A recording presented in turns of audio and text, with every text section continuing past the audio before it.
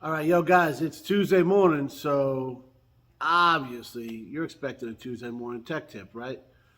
Which you're gonna get. Just give me a minute, because we had to get the hard body in at least one more video, just for Kevin's sake. So without further ado, here's your Tuesday morning tech tip from Pugliese Speed Shop.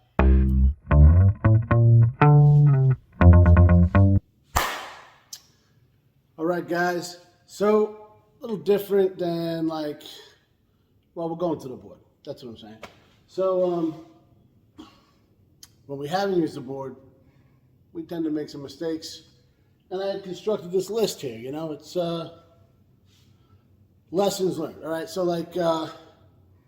military, we do this all the time. You go on deployment or detachment or whatever, and you screw all sorts of stuff up. It happens every time, right? So on the way back, your chief or whoever will be like, hey, give me a list of lessons learned, right? Things we screwed up, so when we go out again, we can make new and interesting mistakes instead of the same old boring ones, right? So that's what we're doing here. Lessons learned for the hard body. All right. This is just a tip of the iceberg, like the top 10-ish. We know there's a bunch more because I didn't know what the hell I was doing. So let's jump on in. Look things over. I got, when I bought this truck, I got a little hung up on how cheap it was, how close it was to my house. Dude had a trailer right there. He'd even drop it off. All good things. But I jumped the gun a little bit. Didn't notice a few things. Didn't notice the fuel pump was hanging, which then ripped off the sending unit. Didn't notice. He pointed the rust out. This is no way against the guy I bought it from because he told me everything. I just wasn't paying a lot of attention. So look things over and pay attention, right? Next, fix the big things first.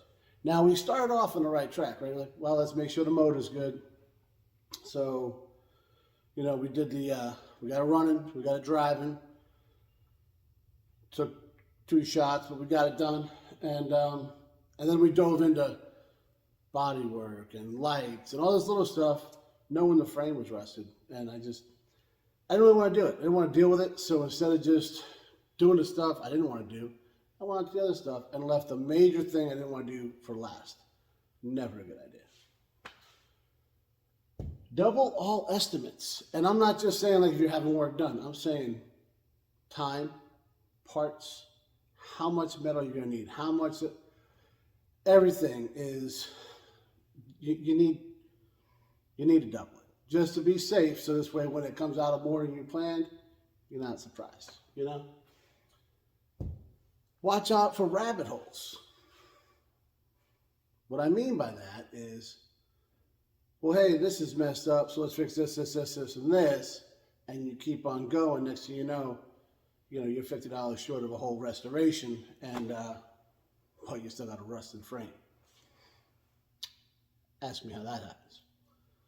So you need to be mindful of things. As you're working on stuff, keep a tally, a list, which we did have on the board, but we stopped looking at it.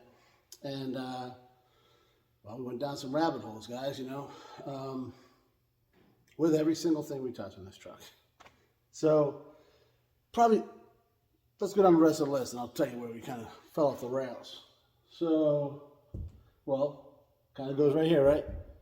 A little bit of rust turns into a lot of rust. Basically, if you see some rust, there's a whole bunch you don't see. It's just how it is, right? It's like an iceberg, right? So you see this much, you don't see all here. So be mindful of that. Do your research. You guys look around the shop, watch the channel for a while, I am not a JDM guy.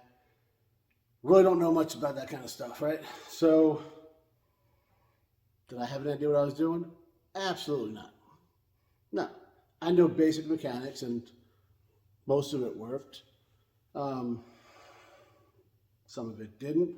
I thought I was just going to throw a fuel pump in this thing and be good. Then I thought I'd just throw in the slave cylinder, and I was like, hey, I'll put in the master cylinder, you know, the what do you call it? Yeah, the clutch master. This way it's all good. And I didn't know about the tool I needed that I also couldn't find. And I know a lot of guys did it without the tool. They weren't working on this truck. This truck was sitting for God knows how long. And it was left for dead. I mean, there's no other way around it. So I should have done a little more research on that. And JDM altogether. When I lowered the truck, I know this. Okay, I know this. And I just kind of jumped into a lot of things. And not the best idea. Expect the unexpected. I know it's very like Cobra Kai, karate-ish, but it's true. I expected the rust I saw, didn't expect the rest of it. You know, like I said, the clutch, I expected what I knew, and it can't be done. You gotta be ready for something else to jump out. It's just how it goes, you know? Take your time. So that doesn't mean take 10 years to do a 1-year project, although I have done that. It means don't just jump in there and go. It kind of goes with do your research. Assess the situation, see what you got going on. Lots of times I came down here and just got after it, and then I was screwed, and it was 100% my fault. Which runs right into make realistic goals, right? So I don't know how many times I said I even said to Megan, hey, I'm gonna go down to the shop, I'm gonna fix the rust, I'm gonna lower it, I'm gonna do this, No, there's no way I was gonna do all that in one day, but I wasn't making realistic goals, right?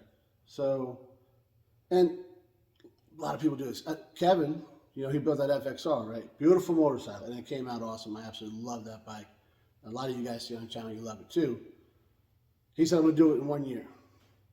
He probably would have had it done, but he ran into some problems, not for him, but people that he was relying on, and it didn't happen. Then he kind of beat himself up about it and got a little, give yourself extra time. Make realistic goals.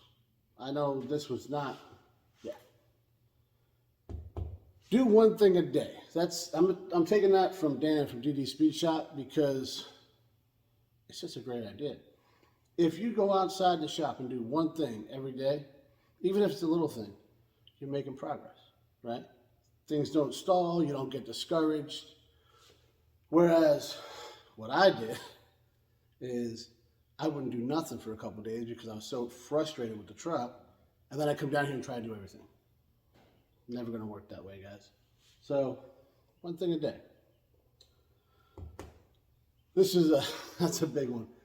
People sell things for a reason.